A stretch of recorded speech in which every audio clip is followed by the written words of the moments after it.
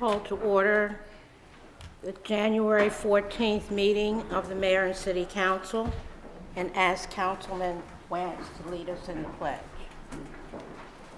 I pledge allegiance to the flag of the United States of America and to the republic for which it stands, one nation under God, indivisible, with liberty and justice for all. Thank you, Joe. You're welcome.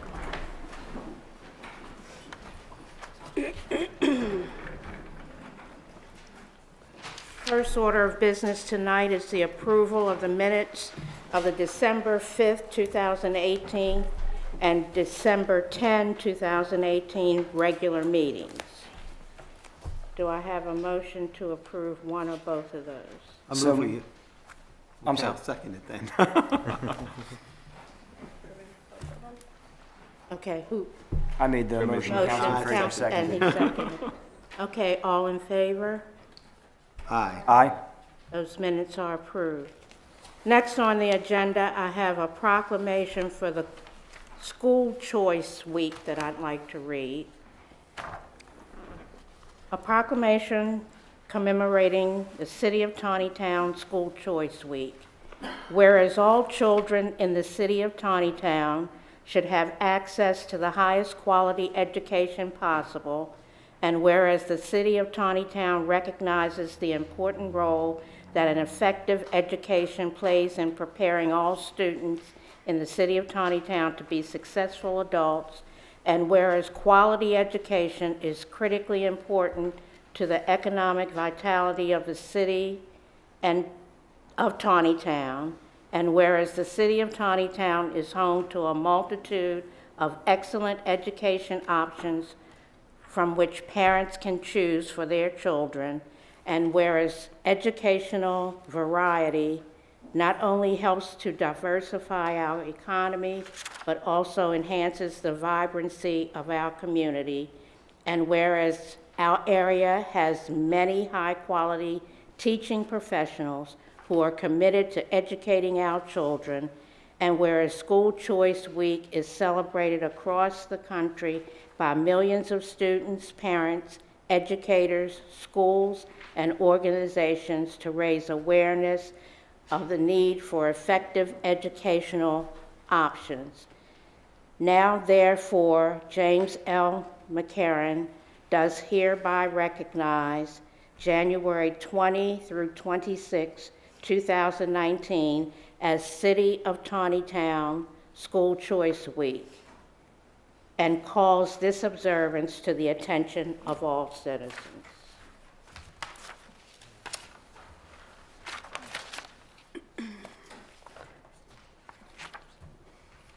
Okay, next on the agenda, and I apologize because it was out of order, is a public hearing for ordinance 07, 2018, the zoning map correction of 2019. Are there any comments from the public on that? That's just a correction to the zoning map. Okay, hearing no comments from the galley, we'll move on. Next is the council member statements regarding conflicts of interest on agenda items. Does anybody have any conflict of interest? No, ma'am. Okay. Next is resolutions, ordinances, and agreements up for approval.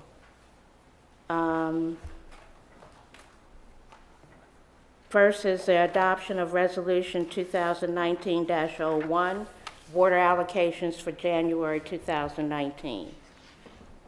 Madam Chair, as a point of order, I believe we skipped another What did we line item, skip? public comment pertaining to agenda and non-agenda items. My eyes keep going to the wrong line here. Non-agenda items, this one. Well, I believe we're combining. Okay, I'm sorry. You don't have the latest. Let's move up. Does he have the latest agenda? I don't believe so. It might be in this pile here, Councilman. Here we are, sir. You can follow that one. Okay, once again, I apologize. Public comments pertaining to agenda and non-agenda items. Because this meeting is a little bit different in format, we will entertain comments on both agenda and non-agenda items, At this time, when you approach the podium, please give your name and address, and you have 3 minutes. Hi, my name is Rhonda Bean at 168 Grand Drive, and on the agenda, you have your amendments for campaign finance and ethics ordinances. On the campaign finances, they're not clear as to when and how you do them. So when you make adjustments and you're going to fine people $500 for if they don't do them correctly, the way they're worded could be interpreted different ways. And when you ask, the ethics committee doesn't even have any kind of communication between emails, phone numbers, names. There's no way to reach them. You don't even know when they meet. And when you ask through the city, you don't get clear answers as to how things are read. For example, on the ethics and the finance reports, it says in 15 days. There's no dates. 15 days could be read as business days. It could be business days and weekends. On the previous election, 2 of those days fell on holidays. So are they before the holiday? It was Memorial Day Monday. Monday before the holiday would have been the previous Friday or the Tuesday after. It's not clear how those finance reports are read or lined out. It doesn't say exact dates. If the election is held on a specific date, you should go by that date, and then each date that something's due, or it could be exact the date. You don't have to put so many days, and then it's not clear as to what days they are. There's other things on the finance reports that they specifically state on there that whether you're self-funded or not, the first $500 are not reportable. They're, I mean, you report them, but you can spend up to $500. And then on this new Section 1818 affidavit, it's the same. It still says whether you spend less than $500, you report it, but you always had $500, whether it was in kind, donated, money of your own, any kind of money, it was $500. So this is the same. The other part of it is what's in kind. So say there's another election coming up. Say you already had items that you had previously in the other election and you wanted to use them for this election. You didn't spend any money on it. Nobody donated it to you. Nobody gave it to you. You didn't make it, so it wasn't something you had to come up with a cost. That's not, in reality, it should be in kind because it's an actual item. But it's not laid out in the form to how you're really supposed to report it. So when you use things that you've had or you didn't get donated or somebody didn't actually pay for, it's in kind. But it's not laid out on the finance forms as to exactly how those items are to be reported. So it's very confusing, and you're going to charge somebody $500 if they do something wrong. Thank you.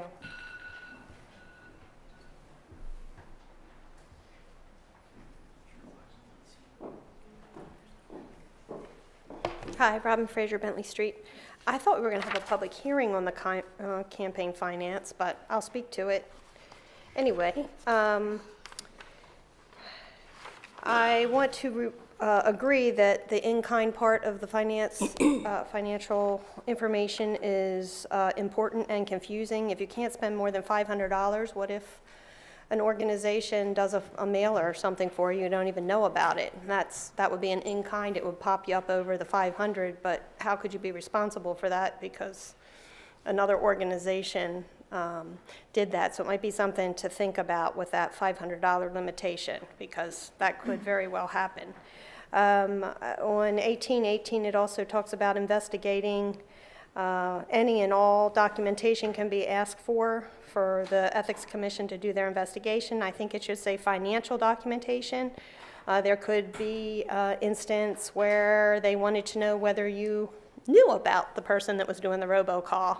And so they asked for your emails or your phone records or something. So I think the intent was to look at your bank statements and the financial information. So I would suggest putting financial in there. I'm concerned about Section 8B, where it says any person who willfully violates the provision. Willfully, how is that defined? We've had trouble with that in the past on other issues, and so I think the word willful should be defined. And it talks about finding people guilty by whom? By the ethics board, the election board, the council, the court. Who finds them guilty? I'm concerned about the $500, the up to $500, which gives somebody, the ability to fine one person $50 and one person $500, depending on who they like and who they don't like. I think there should be a fixed amount and should be equal treatment for everyone. And I also think that the Ethics Commission maybe should be fined if they make a mistake, because in the last election, they made a mistake on Catherine Adelaide's form, which cost about a half a day of trying to figure out why her balance didn't work. But it's because they told her to take something off of one side of the balance sheet and not the other, and it was very confusing. So, sometimes they make mistakes too. There should be an appeal process if you disagree, and if you have a mistake, there should be an opportunity to fix it, and that should probably be put right into the law. It's about process, not about people. Yeah, some people do a good job and some people don't. So if you make the process good, then it doesn't matter who the people are. So those are the changes that I would suggest for that. And I wanted to bring up another issue. In the last 60 days, there have been 5 alleged violations to the Frasers, and I have a couple of folks that have the same time is up. violations, and I'm going to hand those in, I guess, in the form of a complaint, even though I don't like to complain against my neighbors, so we can see if we get equal treatment. Thank you.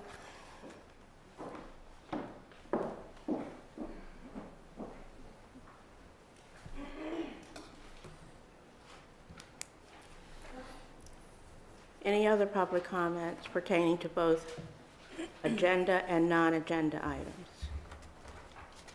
Okay, hearing none. Now we're at resolutions, ordinances, and agreements. First up for adoption is Resolution 2019-01, water allocation for January 2019. Is there a motion to? So moved. Second? All in favor? Aye. Next is ordinance 07, 2018, the zoning map correction for 2019. I move that we approve. Is there- All in favor? Aye. Next, ordinance 08, 2018, amendments to the campaign finance ordinance. Do I hear a motion? I'm sorry. Go ahead. Oh, so moved. I'll second. All in favor? Can I make a public comment on that? I mean, it's on the table Discussion. now. Discussion, would that be all right? I think that there has to be a hearing on these 2 changes of the ordinance for their adoption, because Joe Figliotti wisely noticed in the last meeting that we couldn't adopt it because it hadn't been introduced yet. So when we voted to introduce it, now it would come forward for a public hearing like we heard earlier today. But regarding that, the first page of this campaign finance ordinance seems to be pretty good in sections 1, 2, and 3, but the restrictions on contributions are known as 18.9. And I believe that the point made earlier is correct. If a person files a campaign affidavit for self-funding limited to $5, they cannot control what a third party would do to advocate for them. I'm an officer in a local Republican club, and we make campaign contributions all the time, but we don't ask candidates permission to give money. And so I think that's very problematic to not spell out, and I think that should be amended. And I'd like to add the words "in-kind contribution" to the law you're about to pass when it says said monetary contributions and in-kind contributions. there on page 2. And I'd move that we do that. Well, let's Council- discuss yeah. that before you move on. I think firstly, a third party would fall under, I believe there's a lobbyist portion of our campaign finance. Is that correct, Jay? A political committee. Committee, right. So that would fall under that. It wouldn't count against the candidate because it was not by their authority. However, whoever does it does need to report it, and they need to register as a political committee to the city. So just for clarification, based on what you said, that probably meets my concern there. Like, for example, when Paul Chamberlain ran, he put in, signed the affidavit for $500. If someone had come along and done things to advocate for him, for he's a fine, able neighbor of mine, and would be great on the council, the people who advocate for him, that believe in him, the amounts of money they spend should be filed, as you say, separately. That's with the, political. but he would not be responsible. Yeah, it's not under his authority or his campaign. good, because There's a that- different thing that addresses that. In 18.9, that's certainly not But keep clear. in mind, they would be subject to the same rules as this. If they fail to file as a political committee, or robocalls, things like that, they're going to be subject to the same sort of discipline that a candidate can.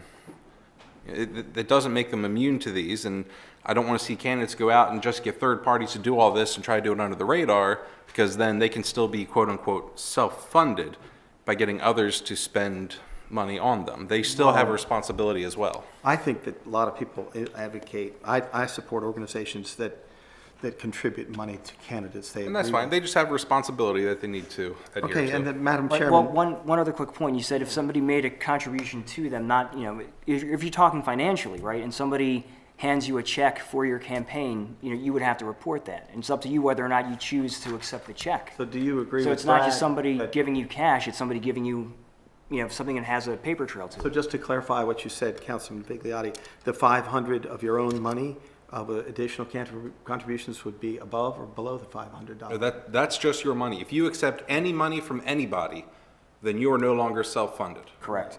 Okay. And that's whether Glad we in discussed kind, that's abundantly clear in this. I'm not sure what you're misunderstanding. I When don't we talk about misunderstand it. third party, that's an organization who buys 20 signs to put up on your behalf, and it's under their authority, not yours. If it says authority Donald Frazier, that's on your campaign. If it's, Frazier, I guess.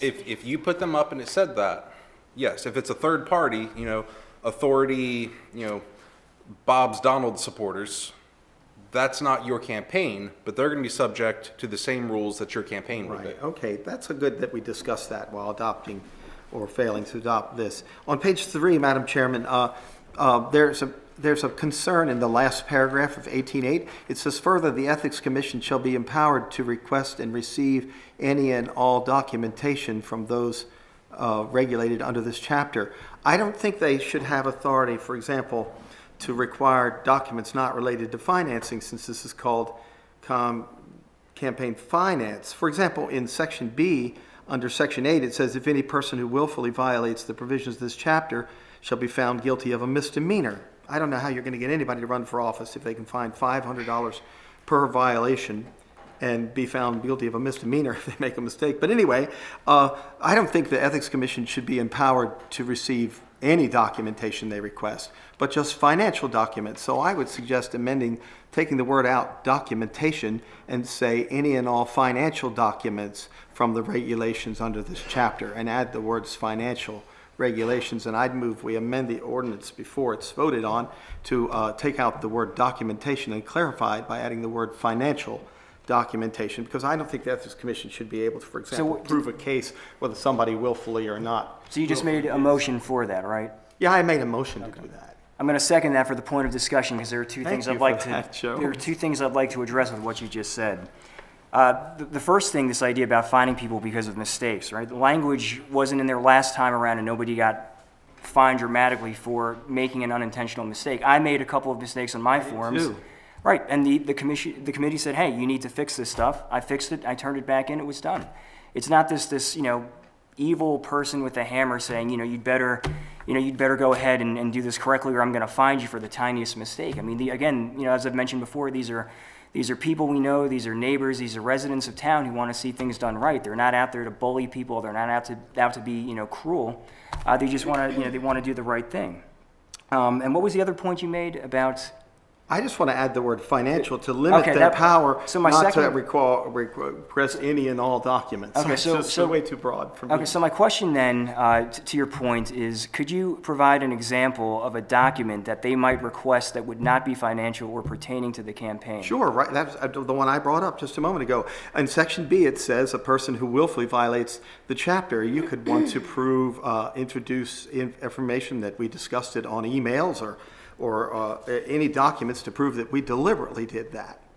And so those sorts of things, Well, I then think, wouldn't for that be adjudicating whether I should get a $500 fine or not for each and every violation. When Brad challenged my candidacy, there was, when I ran for office, there were 5 or 6 different things that could have happened. I'd had to fine at $2,500 if this law was in place before I ever got on the ballot. And I'm really concerned about that. So, correspondence detailing financial transactions, whatever you would think would not be considered financial? I think that those things that are under the campaign finance ordinance, because that's its name and purpose, should be listed not to all documents, but all financial documents. And we have a motion and a second on the table, thank you, Joe, to add the word financial in front of documents to limit their power not to just dig and go fishing for things. Well, I feel like we do this every meeting, but let's go ahead and read the whole sentence. It says, further, the Ethics Commission shall be empowered to request and receive any and all documentation from those regulated under this chapter to support, substantiate, or investigate matters related to the purposes of this chapter. It is not any documents that are going to make your life miserable. It's what they will need to prove your innocence or guilt under this provision. Very simple. And if you want to be found innocent of whatever they're accusing you of, then by all means, provide whatever you can to prove it. If you have something to hide, then absolutely fight it tooth and nail.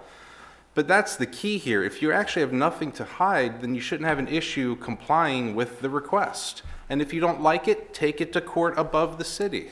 Well, Madam Chairman, for the purpose of colloquy with my fellow councilmen, it is possible for future boards that are maybe not as good as our current board to request additional information that would substantiate, what's the words that you read? Support, substantiate, or investigate. It's the investigatory things that I'm concerned about, and I'd like to add the word financial. And so, do my peers agree with that? It's clear. It says matters related to the purposes of this chapter. If you say just financial, there could be things that could prove your innocence or guilt that are not financially based. It could be a letter that you had with a third party of an agreement. Well, And they want to see that agreement in writing. Well, But it's not financial, so they can't ask for it. what you're saying. The idea is this is brand new finding authority. They never had the finding authority before now. Now they can go up to $500 per occurrence against the potential candidate that's in business. And I want to limit their ability to get supportive investigative things by adding the word financial. And that's why I made the motion. And Well, would you like to propose a lower maximum fine? oh, yes. Oh, well, you haven't said one yet, so I'm kind of anxious to hear it. Above $0 and under 500 is what I'm expecting to hear from you. Well, I think we have a motion and second for an amendment. I propose to add the word financial on page 3 under section 18.8. And I don't want to, maybe we do that next, if that's okay, Madam Chairman. You'd like to vote on the amendment, is that correct? Yeah. Councilwoman Fuller has called the question.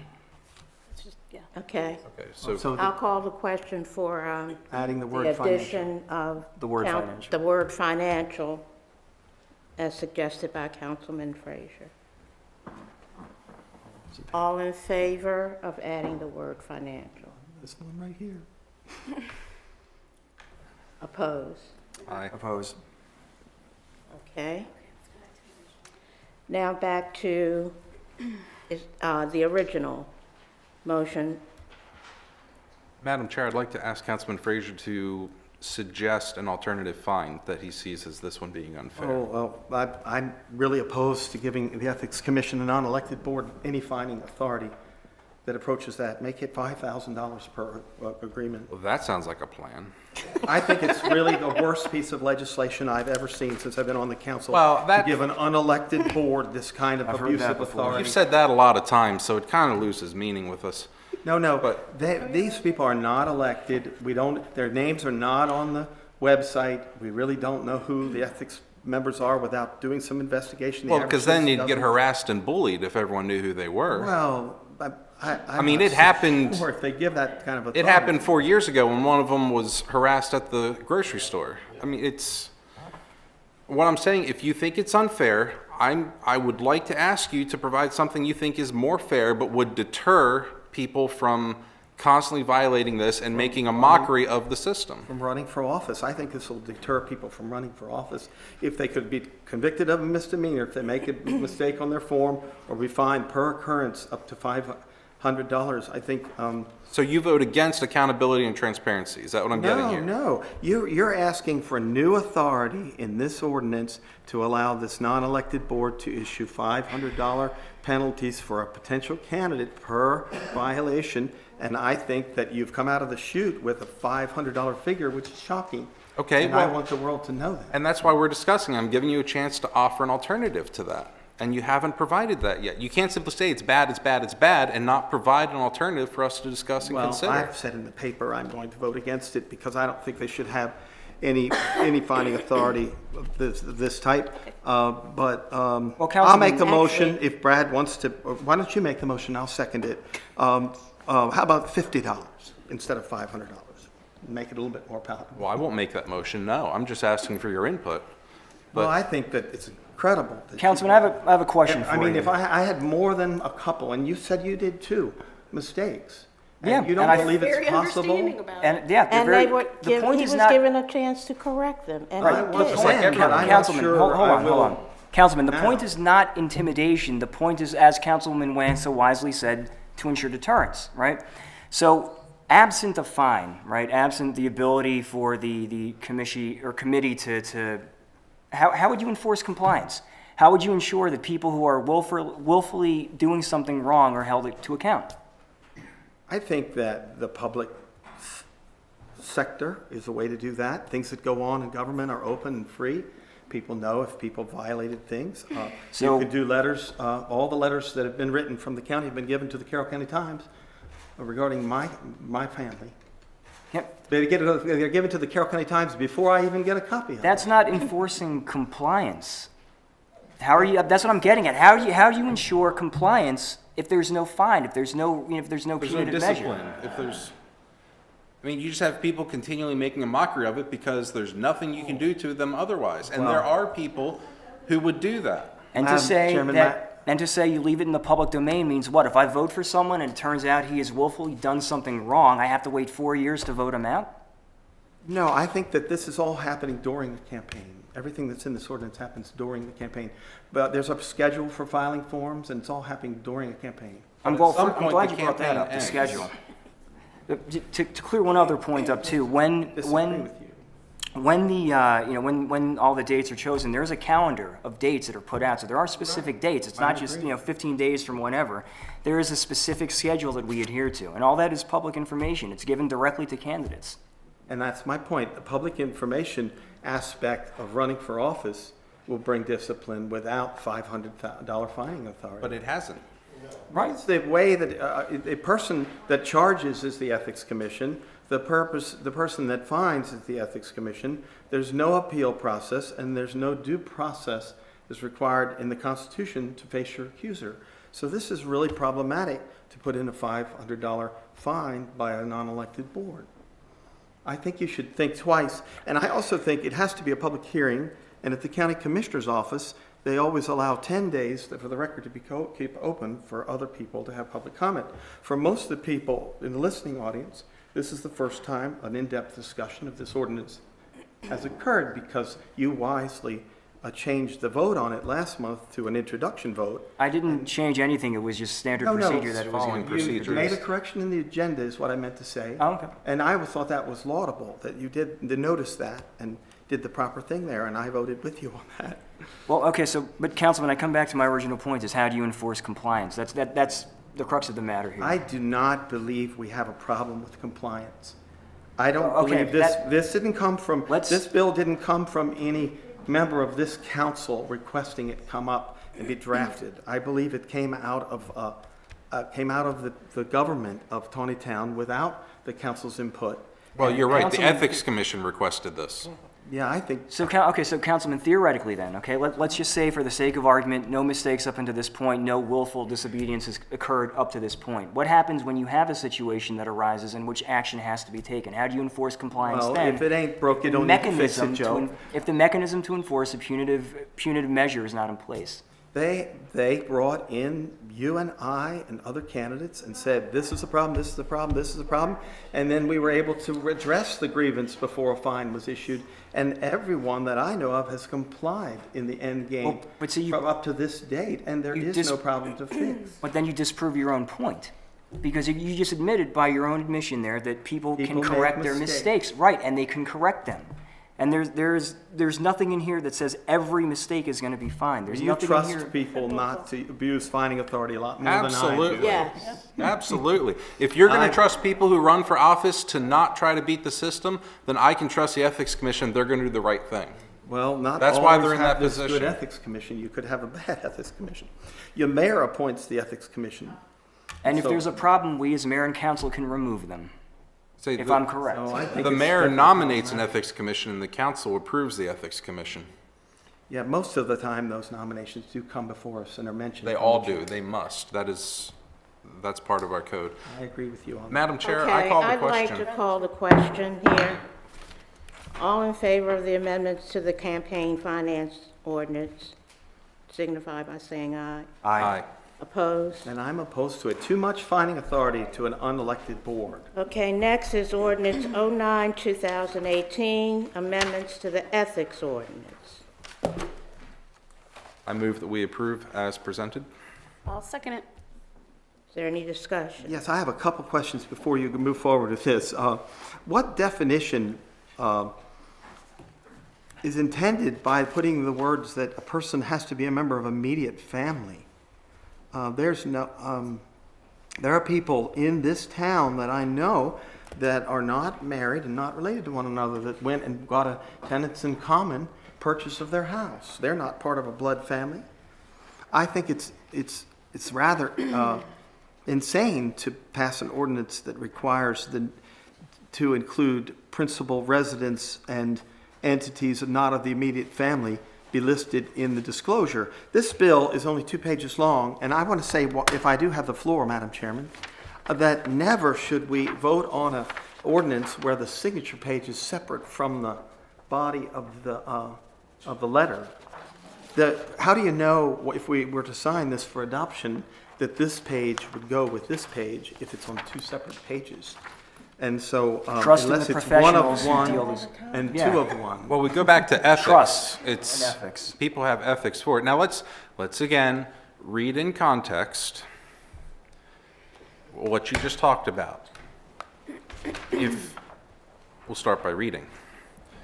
The nature of the property, including if it is the principal residence, and whether it or any part or portion thereof is rented or leased to individuals or entities which are not immediate family, and the location by street address, mailing address, or legal description of the property. If you have a boyfriend, girlfriend, best friend, whatever that's living with you, fine. If you're renting them a part of your house, They could that's be- that's a whole different issue. You know, when you start opening up your house to, I'm going to rent this room and that room and the attic and the front cellar and under the heater and everything, that's where you have the problem. When you have immediate family, that's, you know, they live there, you know, even my 18-year-old son, if I want to charge him $200 rent so he learns how to, you know, grow up, he's immediate family. Why is that wrong?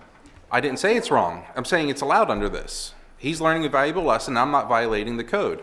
And what's interesting is This is not, this has to do with disclosures for current elected Correct. You're officials. disclosing that income, and it's saying if you're charging rent for people to live in your house, that is income, and you need to disclose that. Why? What do you mean, why? Well, Income. I don't think that Taneytown can regulate what people do with properties False. outside of Taneytown. Outside of Taneytown, where does it say? Well, it says Okay, the location candidate by will- street address, mail, yeah, so so you own a house in Glen Burnie. Timbuktu. Yeah, I do. And you rent it to people, that's income, and that's where we get into this ethics. We need to know where your money's coming from. No, you don't. Oh, absolutely, we do. And if we don't, the public needs to know where your money's coming from. Because how clean is that money coming in? And what is meant by each business entity of which the individual or member individual's immediate family has a sole or partial ownership? If you own all or part of a business, you or a member of your individuals of your immediate family disclose that. Businesses especially, because that's where lobbying, that's where payoffs come in, that's where contract favors come in. When you have a deciding part of a business and you're an elected official, people like to grab that and cry foul. So this, you're disclosing that it exists. That way, the Ethics Commission can say, you have an issue here, you cannot vote on this. Well, can I just ask a question of our attorney just before we go on? Certainly. Is this portion, section 2.8, because it's not italicized, is this brand-new language? No, the only. I think that only a little bit of it is brand-new language. Yeah, the only thing that's new there is it says it shall include a schedule of sources of income. Before, it had the word earned income. It took the word earned out. And put in the word sources. didn't I put thought any other words that in. it was just a few words So the different idea from was- what we already have. Right, everything else that you have there is an existing statute. Right. In section 8. Yeah, I thought that was the case. Thank you for that. Madam encourage you not to Chair, may I adapt. call the Any question? further discussion? I just encourage my Councilman Wentz has called the question. I call the question, Madam. to Okay. vote for such a bill. All in favor of ordinance 09, 2018, amendments to the ethic ordinance, signify by saying aye. Aye. Opposed? Opposed to it. Too much reporting to the Ethics Commission. Next on the agenda is the city manager's report.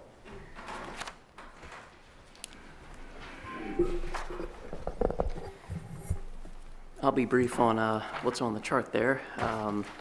We did distribute a draft of the capital improvement or capital projects to you guys last month, so we will probably be talking about that in future meetings, possibly at our February retreat. The Sewell annexation, I did meet with the Sewells in December. They're still working on some concept ideas and trying to come up with lot yields to see if all the numbers work. I expect to be meeting with them again later this month. They are working with a civil engineer to come up with some ideas. With regard to the Syrian property, that is the one that's we're trying to acquire a piece along the route of Antrim Boulevard. We've contacted CLSI for survey work that's going to be necessary to define that southern boundary line to preserve the road alignment.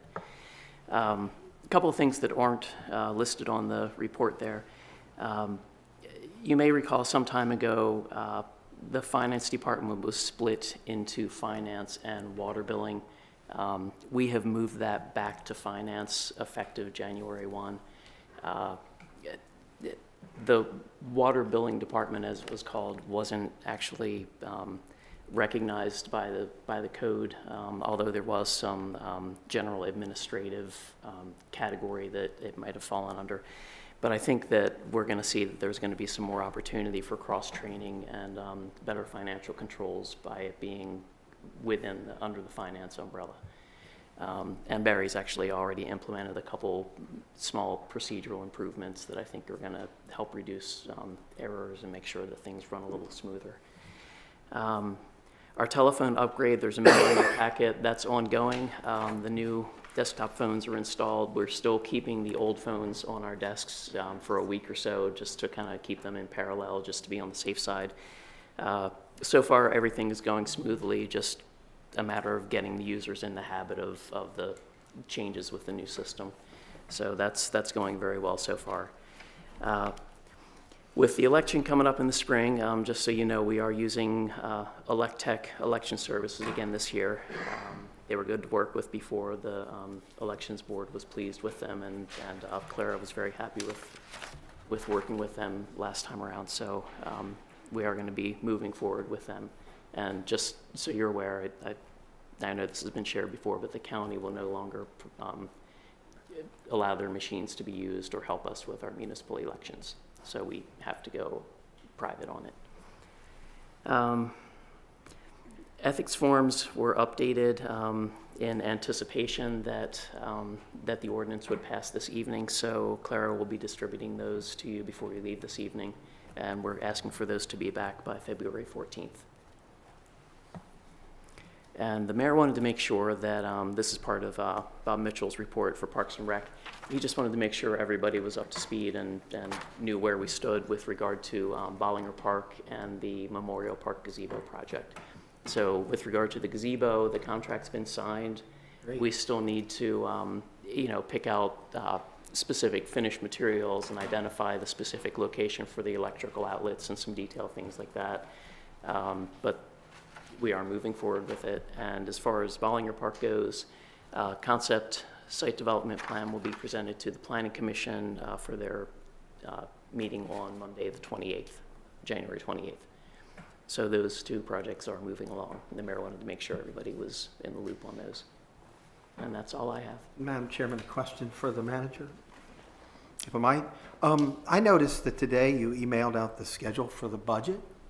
Yes. And is there a special meeting on February 20th for the introduction of the budget? And Yes. that's unusual time for a council meeting, and I wanted to find out what that's about. Just to give an opportunity to have dedicated discussion for the budget. It's not an introductory meeting, it's a discussion meeting. The budget is Yes. introduced, as I recall. Right, that's just a budget workshop. That's I just printed it and to looked hash out over all the everything. dates and trying to figure out what that date means there. Right. So, and Is that a public meeting that everyone It- can come it- and discuss the budget? certainly it'll be open to the public, as all of our meetings are. So Generally, our yes. budget workshops are not open for public discussion, but they're open for public observation. That way, we have a chance to tackle it before anyone else. I just wasn't clear on that, and that helps a little bit, and thank you for that.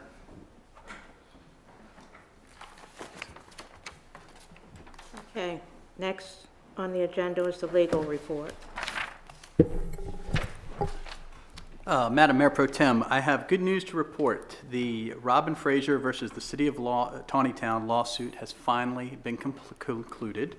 The Court of Special Appeals affirmed the judgment in favor of the City of Taneytown. The court concluded that the trial judge did not abuse his discretion in determining that the city did not deliberately violate the Open Meetings Act. The court also found that there was no error in having the city manager present during the closed meeting, and that Ms. Fraser waived her rights to litigation reimbursement by having failed to raise the issue at trial. The court also noted that she would in any event not be entitled to attorney's fees because she was not represented by counsel and she was not the prevailing party. So that's the Court of Special Appeals opinion.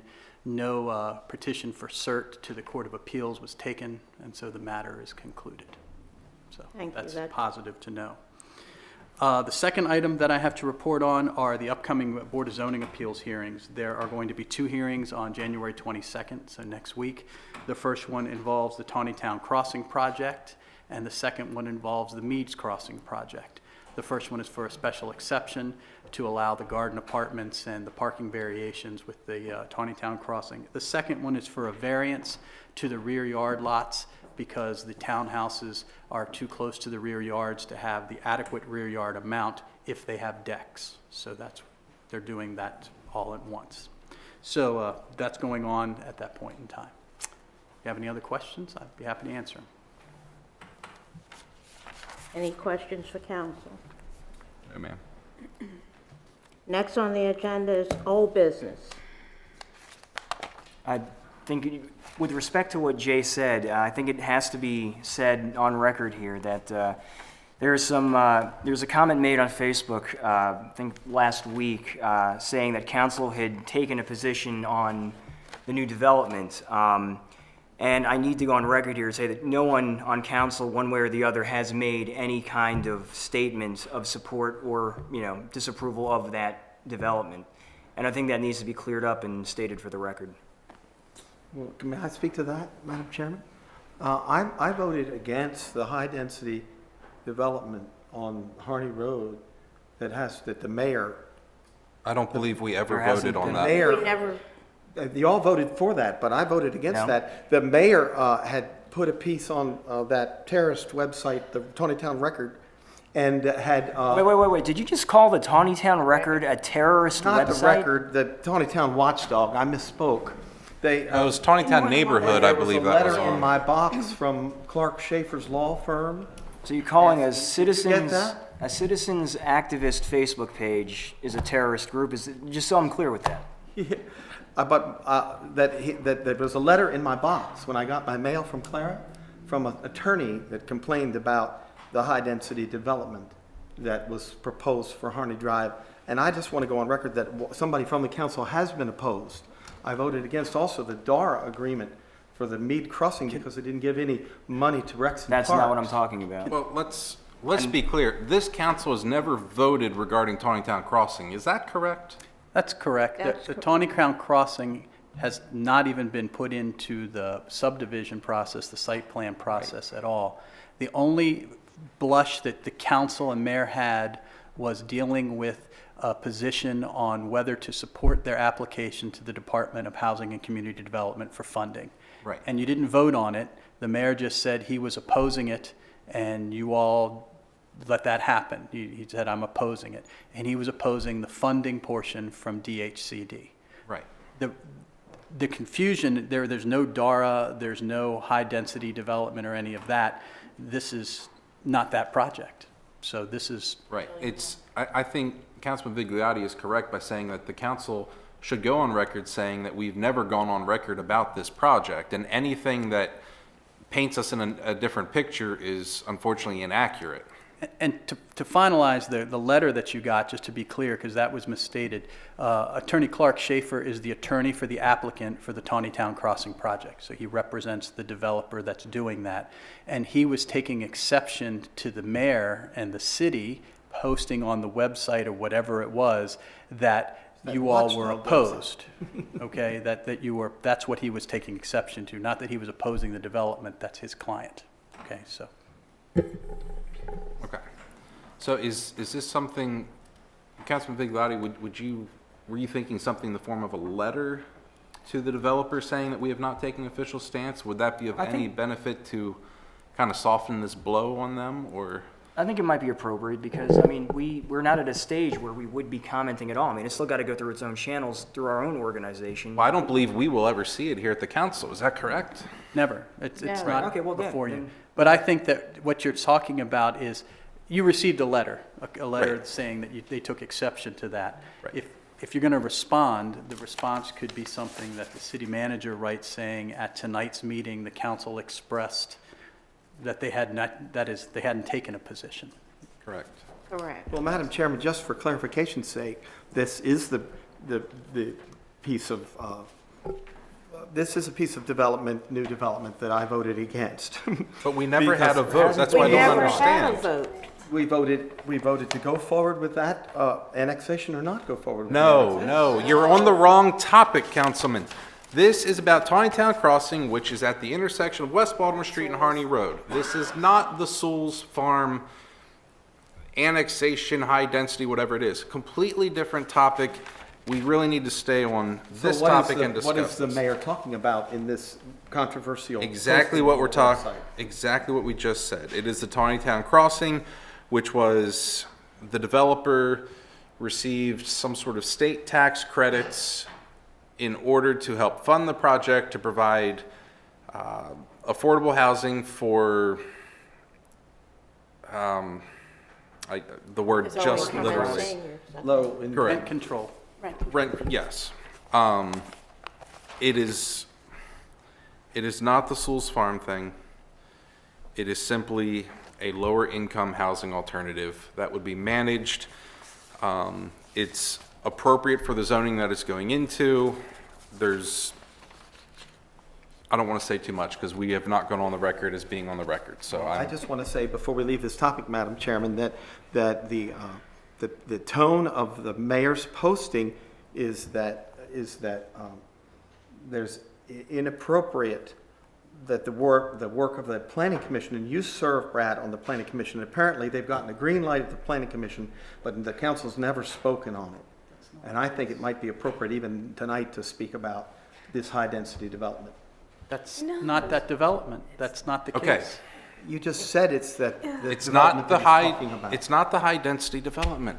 Let's talk about what the planning commission did. It was going to be in my report, but I'll go ahead and say it now. The planning commission has the ability to review BZA cases and provide recommendations to the BZA based on their expertise, because they deal with zoning on a regular basis. BZA does not. So the planning commission can look at something and suggest things to look at, suggest ways that they might want to address different things, and then they'll say whether they give a recommendation or a non-recommendation on it. For Taneytown Crossing, they provide a favorable recommendation to it for several reasons. First off, the zoning allows it. The only special exception is for the garden apartments and the parking, which we talked about. The other part is there's really no legal way that the city can say no to it without being discriminatory. That's another issue that needs to be looked at. This borders on discriminatory. When you say we don't want low-income housing, we don't want rental housing, you're going into a whole different issue, and that's what's kind of putting the city into some liability here. And that's why the council needs to address the fact that we have not said that. Correct. But that's what the planning commission has done. They gave favorable recommendation because there's nothing in the plan that is contrary to the city's master plan. Thank you. Madam Chair? Okay. Next on the agenda is, Madam Chairman? Just a quick question and clarification. Chris Tillman, 10 York Street. Mr. Tillman, we're not accepting public comment right I now. was going to say, Sorry, It's, but you can come after the meeting. Okay, I would have thought that since there isn't a public comment period on this, that we get a clarification of the statement. Because if it's something that has to go to the Board of Zoning Appeals, you have said that it meets the zoning, but it doesn't because the garden apartments don't meet the zoning and the parking requested didn't meet the zoning, right, the opportunity for public comment on this will be at the zoning appeals. and that's fine. Right, yes, on I the just wanted to clarify 22nd. what you had said, yeah. Councilman Wentz. And we can discuss that afterwards if you'd like. I'd be happy to. Is the consensus to draft a response to Clark Schaefer? Yeah. Yes, please. Yes. No, I don't Thank think you. we should do that. I think Clark Schaefer's right. Clark Schaefer's voting- asking us, I'm voting against going on record saying we don't have an opinion about this. The planning commission has made an error and given special exception for high-density garden apartments, and I think I'm against it. I want an opportunity to vote no on that. And so I'm voting no now. I have a question for the, Madam Chair, may I ask the city attorney a question? Thank you. May I read an excerpt of this letter? Yeah, the letter that you received from Clark Schaefer? Yes. There's no privilege. That's not attached to confidential. that. Okay, thank you. I'm concerned that we're talking about different letters, Councilman. Because you said you agree with Clark Schaefer. Is that correct? Yeah, he protested the posting of this criticism of his development on the Taneytown Watchdog. Right, because he represents the developer. The comment that I want to pull out of here is, we respect the right of the mayor to both participate in public affairs and to exercise his general First Amendment rights. However, we are concerned that the published communication, parentheses, we are of course unaware of any oral or other communications the mayor may be engaged in are misleading or not accurate. And it goes on to talk in more detail about the project and to simply state that they kind of felt under attack by what the mayor was saying in opposition to it. So I'm trying to understand, if you agree with what they're saying, then you agree with what we're trying to do here tonight. Why did the planning commission give a special exception to these Good dodge. high-density? Good dodge. I like that. High-density They did, houses. They He just didn't. said in his report that they gave a special That hearing's exception next to the garden Tuesday. apartments. And my report, I gave next Tuesday on the 22nd, the Board of Zoning Appeals Well, I will think have it's going to be a hearing on crowd that if matter. people have learned out next Tuesday And then. then that's, as they told Mr. Tillman, you can comment and they'll make a decision. Correct. The issue at hand, and I mean, I want to summarize this because it's painful, it seems like, is the mayor posted on Facebook that the mayor and council were opposed to this. And Which is the mayor incorrect. and council has never voted on this. It's never been before you to vote. It's never been anything to vote. Correct. And I was under the impression that Councilman Vigliotti wanted to go on record to say what I just said, that the mayor and council as an entity has never expressed a position. Right. Because it's never been before you to do. Right. Right. That's all. It's a very simple thing. That's what I was thinking that he was asking. Yeah. Oh, yes, exactly so. If that summarizes it, hopefully we can No, it does, it clarify does. it. Okay, moving on. Under new business, monthly financial report. Can I hear a motion to accept the monthly financial report? So moved. I'll second. All in favor? Aye. Opposed? Next is accounts payable. Hear a motion to approve the accounts payable. Motion. So moved. Second. All in favor? Aye. Aye. Aye. Opposed? Okay, next is council member report. Madam Chair, before we move on, may I bring up a portion of new business? Sure. Thank you. This, I guess, is directed to city staff. I'm a little confused on something I received in my email the other day. A letter regarding an email issue, and I'm kind of confused of what happened, what's happening. Can you fill the council in on what this email issue is? Well, you're referring to the letter from the mayor? Yes. Is that something that you'd want to talk about in closed session rather than talk about here? You all have the letter. Well, I feel like every time we go in closed session, we just cause more drama, so. I agree. Is it? Okay. Is it something that, yeah, Well, the letter from the mayor was sent to, well, back up, the email issue that's at hand is that the city received a public information request from the Carroll County Times to get all of Councilman Frazier's emails from the time he was in office until the present date. Just Councilman Frazier or the? Just Councilman Frazier. And so the city received the request and basically went through of how we can do that, how that information can be obtained, and then had to go through and vet the request because we can't release certain information that would be contrary to the Public Information Act, most notably attorney-client privilege information, things that were sent. As you know, I send you emails, mark it attorney-client privilege, and that type of thing. Right. So those issues were put together on a matrix, and the information was put together electronically and distributed to the public, to the Carroll County Times under the provisions of the Public Information Act. Not all the information obviously went. Certain things were denied, and they were noted to them. The mayor was informed, the city manager was informed when this request came through, because in collating those things, those information, there became some anomalies in the email use that seemed that it needed to be reported to the mayor because they would have violated the town's IT policy. And that's what that letter basically stated to you, is that there were some violations of the IT policy by Councilman Frazier.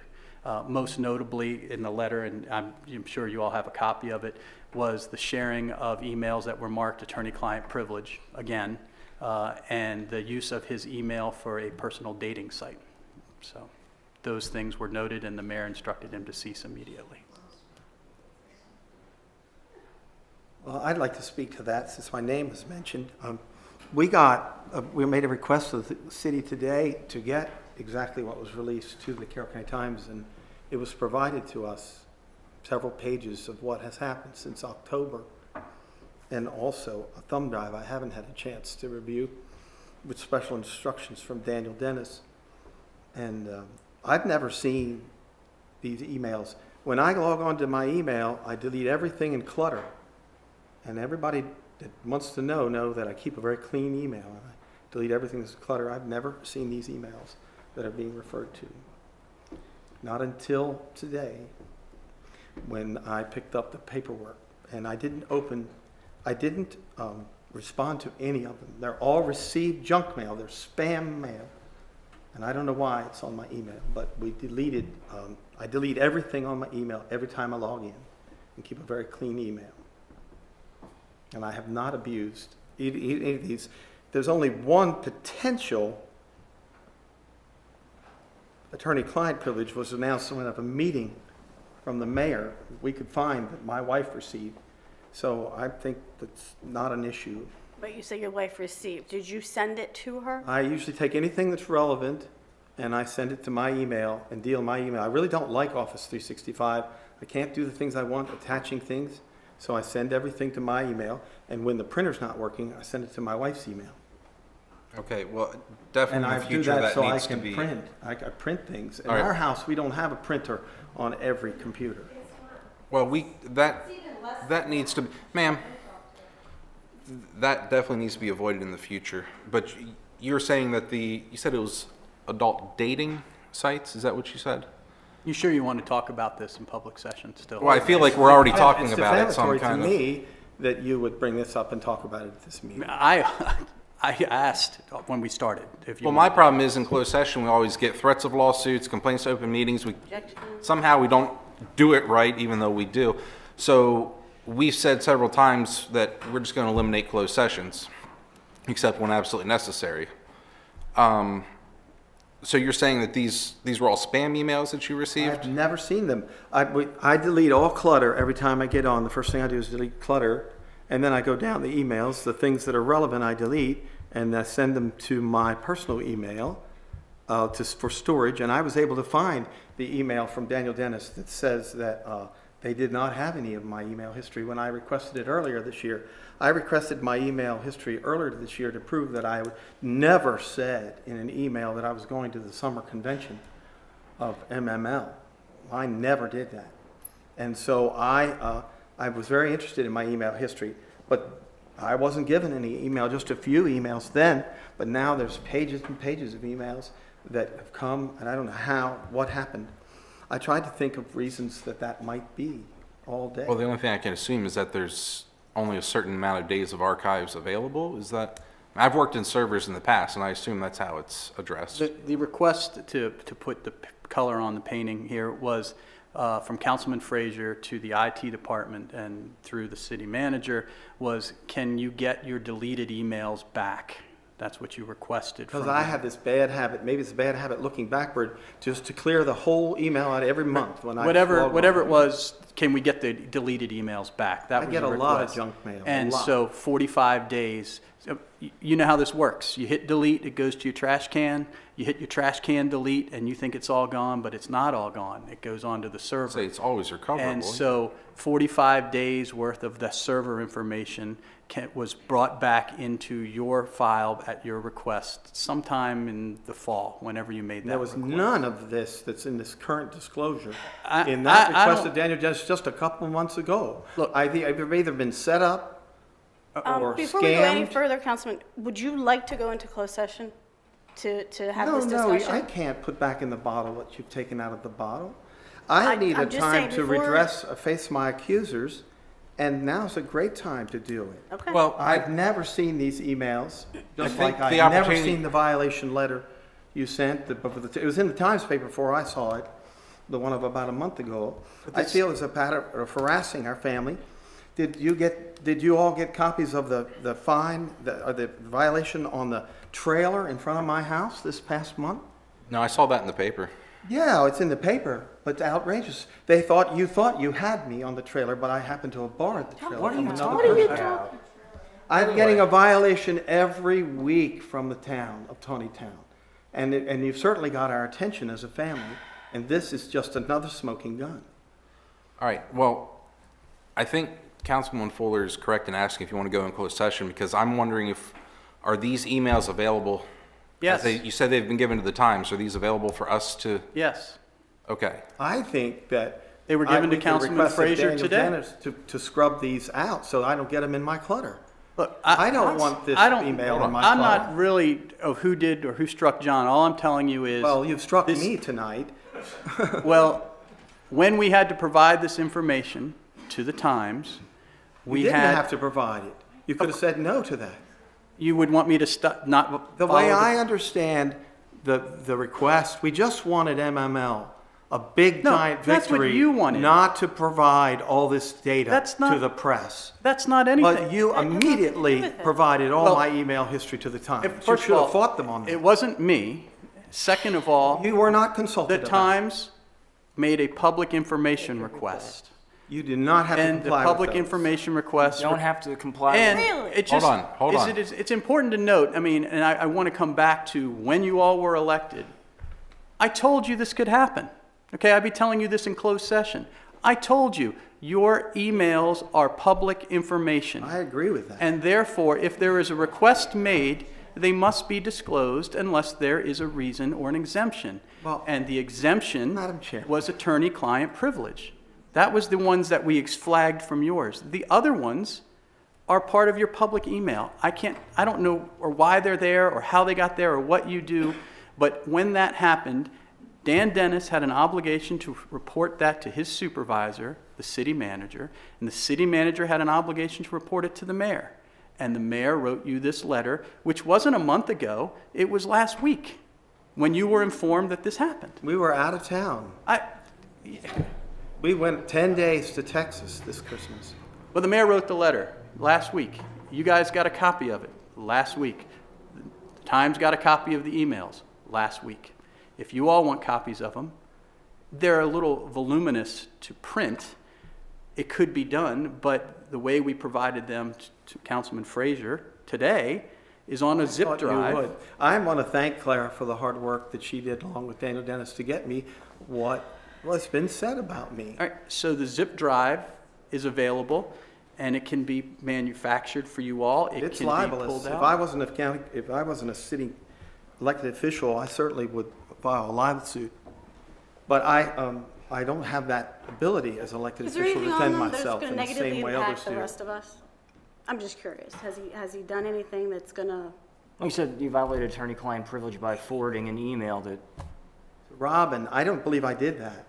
I believe that it didn't- was you just. just said- The meeting that apparently was being discussed, is only one, and there was a plural word said, Ms. Fuller, was announcing a meeting. It was not a privileged Did it communication. say attorney-client privilege on I it? have not seen it, but from the people who helped me look at those today, this is not a privileged piece of information, just an announcement of a meeting. That's the only potential violation. You'd have to really dig deep to say So, I violated the attorney-client privilege in the last couple months. We should have been doing this differently, but Yeah. what you just said violates attorney-client privilege. No, it When you doesn't. said you had other people helping you look at your emails, What I got today was pages and pages of stuff. And I could not possibly go to work today and finish reviewing all that. Well- But I have completed the review by this evening's meeting. And this is all junk mail, and I never responded to any of it. Okay? I'm just telling you It's what all the letter was spam about, mail. if we go back to the beginning. And the emails, to your question, Councilwoman, is the city in jeopardy with any of this? From a legal standpoint, the ones that are most concerning to the mayor were the sharing of the attorney-client privilege. Regardless of the content, it was still shared. That's neither here nor there at this point.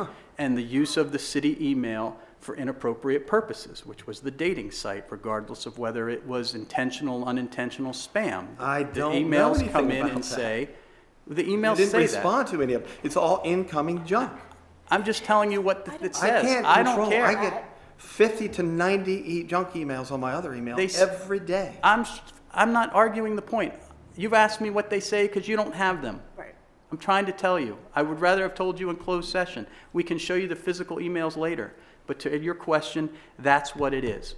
Why? I'm not into the whys. I'm just telling you what it was. And it was clear that they were sent to the email address because the emails say you are receiving this because you are registered to the dating site. So. And I would like a copy. It's in the paper.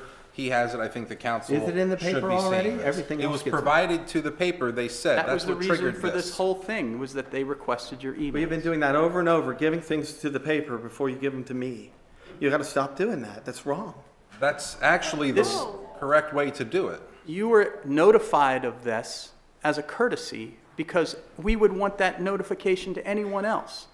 But you're asking, what you're saying is it's okay when you file a Public Information Act, we should act on it, we should deal with it. Oh, they But did. then we're supposed to make a determination, we make the same one across the board every The time. normal way for the county to get grants or PIAs about email content is to require the press to specifically request emails on topics. But they've been prohibited in the courts, if I'm not mistaken, to do fishing expedition for 100% of the content. They can request So I think whatever you they might have like. erred on giving legal advice if you advised them to release all my emails since October. I should go through and protect which ones that I think shouldn't be Well, released. the Is that what you're saying? PIAs that request information like how I discussed the gazebo project, you could ask for that, but I don't believe it's a violation of my civil right Well, I to think release that all my emails as a to the public press. official, you need to be more familiar with the Public Information Act then. No, I think you may have erred. No, as a Mr. public Garland. official, none of your emails are private. That's why you Anything should be can be using. requested at any But time the by decision of the anyone. town was to rush to release them without my No, knowledge. the city of the duty of the town was to comply with the Public Information Act. And No, it you took don't us have to do several. That's the whole point of the act, is that you have to do that. No, that's not true. When the NDE says you have to do these Second Street rehabs on the wastewater treatment plant, you don't have to say yes. You can say no, we won't do them, or you can say not yet, we can't afford to do them. Well, this is But the because learning we always, experience every that time you should somebody have does then. something, do it. I've told you this It could before. damage our town. Use your personal email for personal business and use your government email for government business. And That's don't what the mix IT the policy two. says to do. And I that's, don't do that. and the Delete question, You the don't, all- you don't do that. I do only town transactions on my email and delete everything every month. And I never responded to any junk mail. Okay, Councilman Wentz. Well, I personally think the council should have access or have copies of this that we can look ourselves and see what transgressions actually have we'll transpired never here. get Was there, how many confidential emails were sent out? How inappropriately was this email used? That's the questions that we need to know about, because this is a violation of city policy, and it could put us in jeopardy, that I think is Well, important. look very carefully when you do that investigation on the fact that I never responded to any of this junk email that came to me. No response. I never emailed anyone about any of it. It's all junk. It went into the trash, and I deleted the trash, just like he described. So my question is, what is the logical next step here? Because we have to determine, I guess, whether or not the violation occurred. Is that what we need to do? I don't think you need to do anything. I mean, the mayor basically said, stop it. Now, let's back up and say what should have happened, if you want that advice.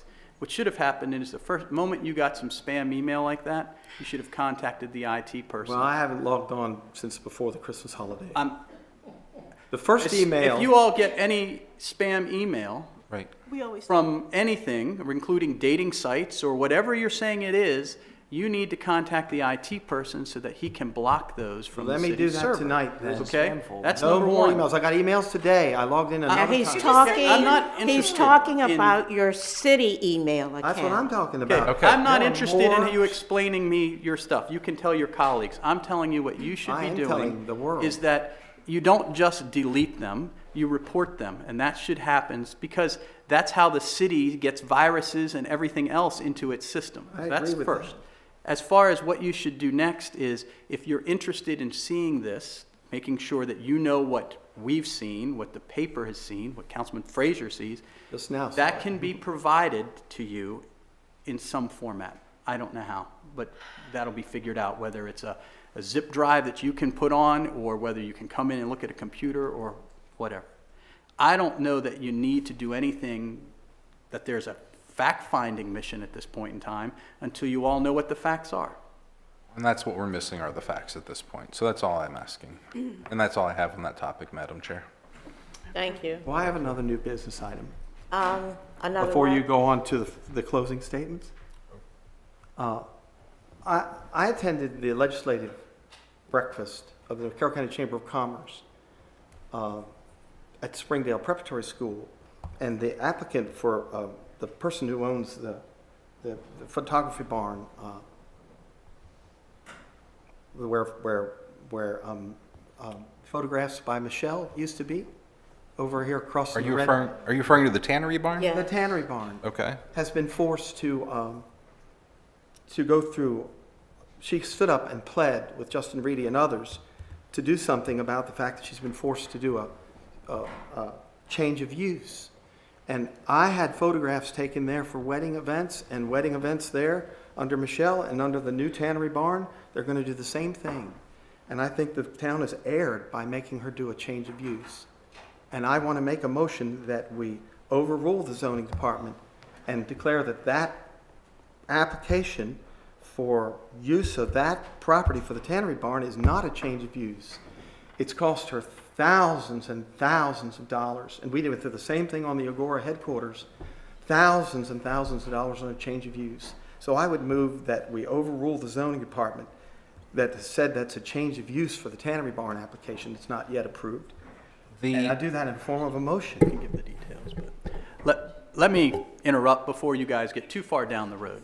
You don't have the authority to do that, okay?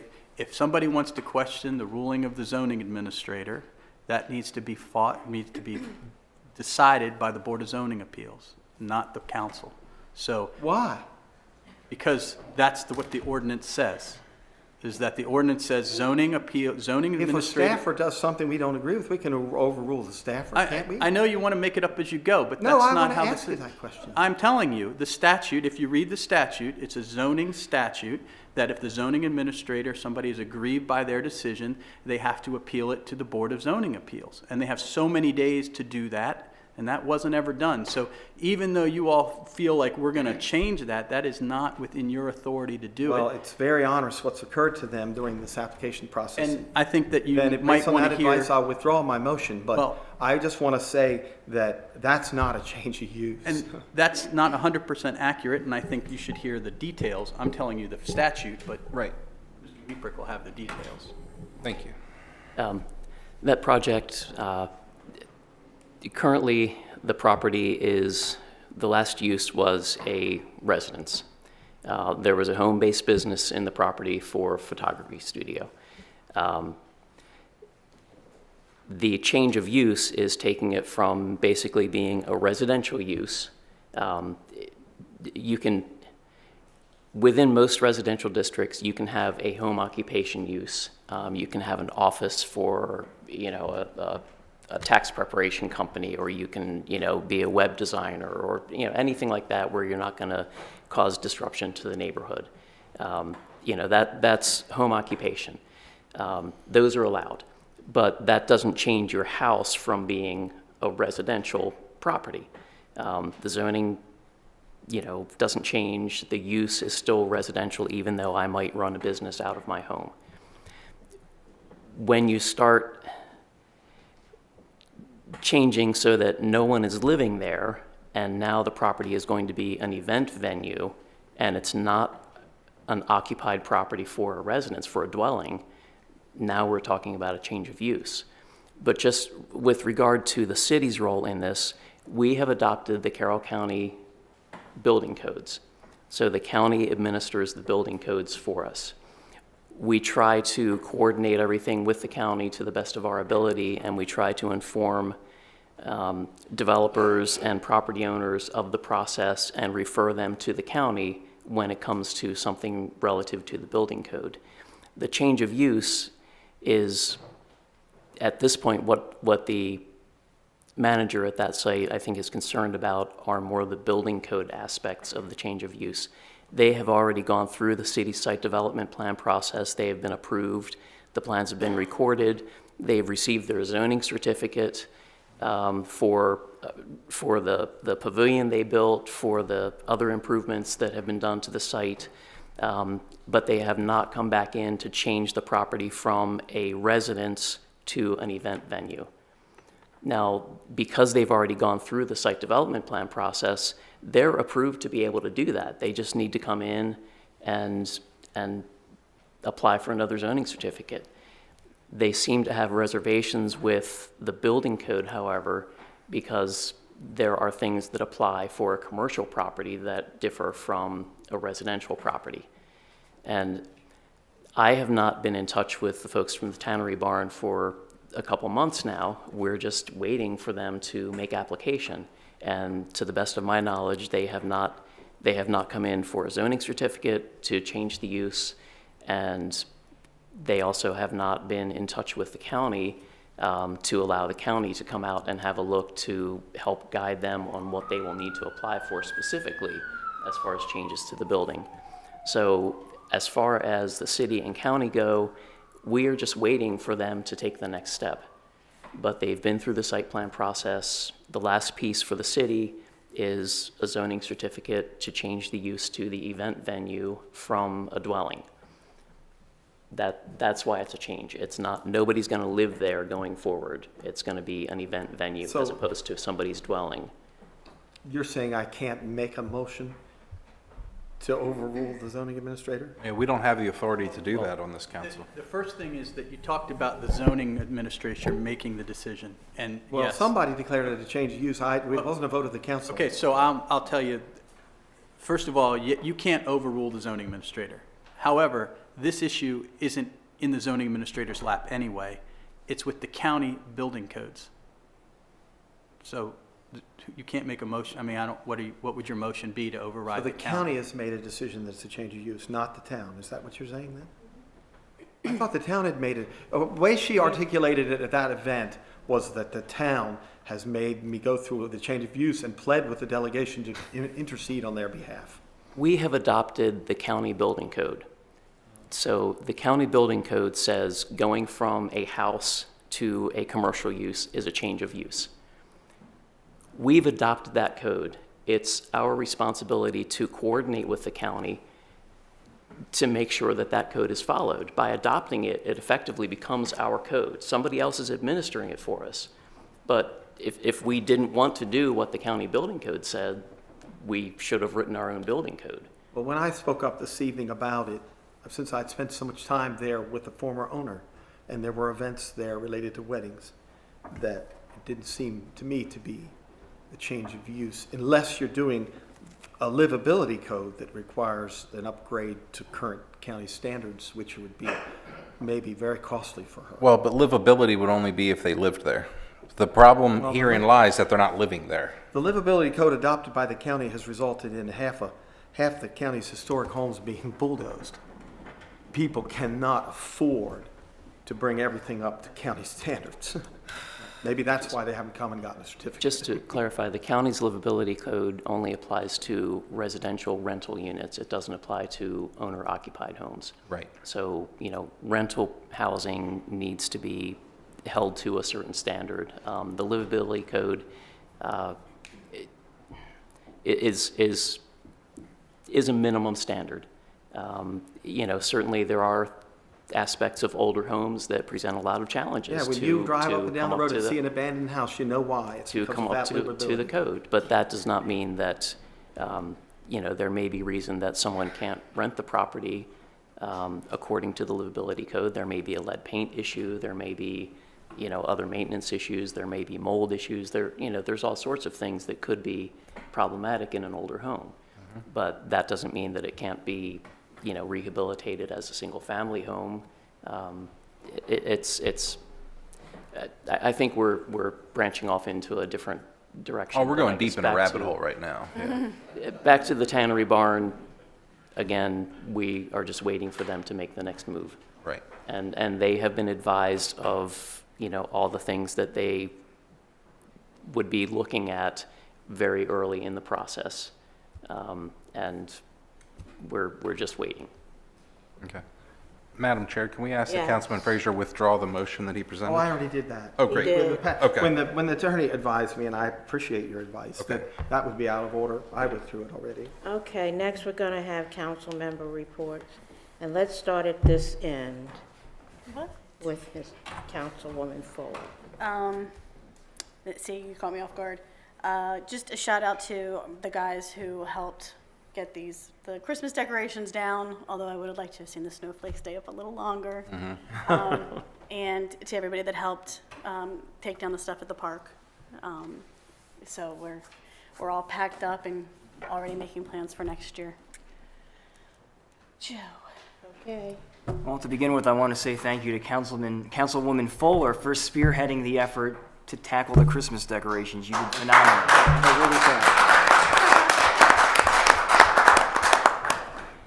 For me, just a couple of specific things tonight. First of all, the chief wanted me to let everybody know that the department has concluded their investigation into the tire slashings and the racist graffiti at the Chinese restaurant. The same individual has been arrested for both crimes, and details will be forthcoming. And so I want to commend the chief and the department for all of their hard work, their tremendous effort, and their diligence in pursuing this.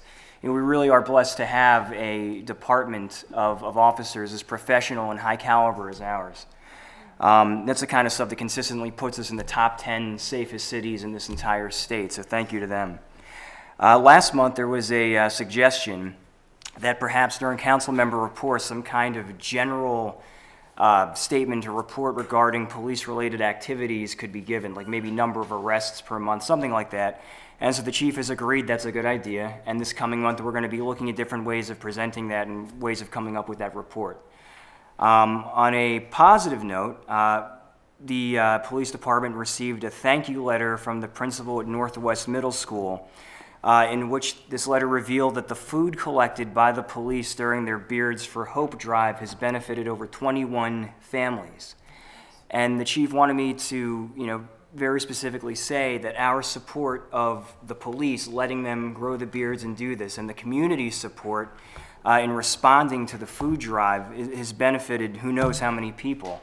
And that is an absolutely wonderful and incredible thing, and I look forward to working with the police to see what they do next. Very final thing tonight for me is that I'm going to again be organizing our Relay for Life team this year. For the city and for the police department. I don't know what the theme is going to be this year. Last year, you remember, it was Star Wars. So anybody who wants to participate, please let me know. The first meeting is tomorrow evening. And hopefully it'll be a theme where I can wear a tie. And that's it for me.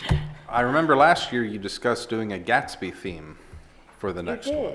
I'm going to try pressing that. Yeah, I'll try pressing that again. I'll do that. Do your best. Get a straw boat or I'll wear that. Okay, That's it for me. Councilman Nguyen. Well, now to the boring world of Planning Commission. The council received the minutes from the last meetings. I just want to let you know, we did discuss earlier that the Planning Commission did give favorable recommendations for Taneytown Crossing as well as the Meads Crossing setback variances they were seeking. This coming month, we're going to be entertaining the site plan for Bollinger Park, and also the county's bringing their bike and ped master plan for us to discuss, which is kind of going to tie into Bollinger Park as well, with all the pathways and things like that. Again, Councilwoman Fuller, Christmas decorations on point. I agree. Those snowflakes should still be up, especially given the events of this past weekend. They were simply replaced with the real ones. Yeah. And then on a more personal note, I'm very excited to say that I started a new career today. I've been hired by the Westminster City Police Department, and I'll be starting Police Academy next Tuesday for the next 7 months in Frederick. At that point, the plan is to be a police officer. So I just want to make that announcement today. And that's all I have, Madam Chair.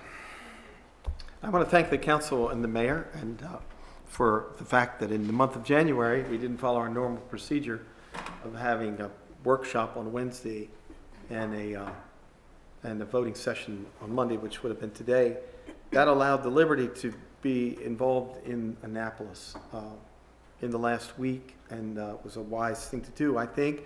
I think today's meeting was sufficient for the month, the cold winter month of January.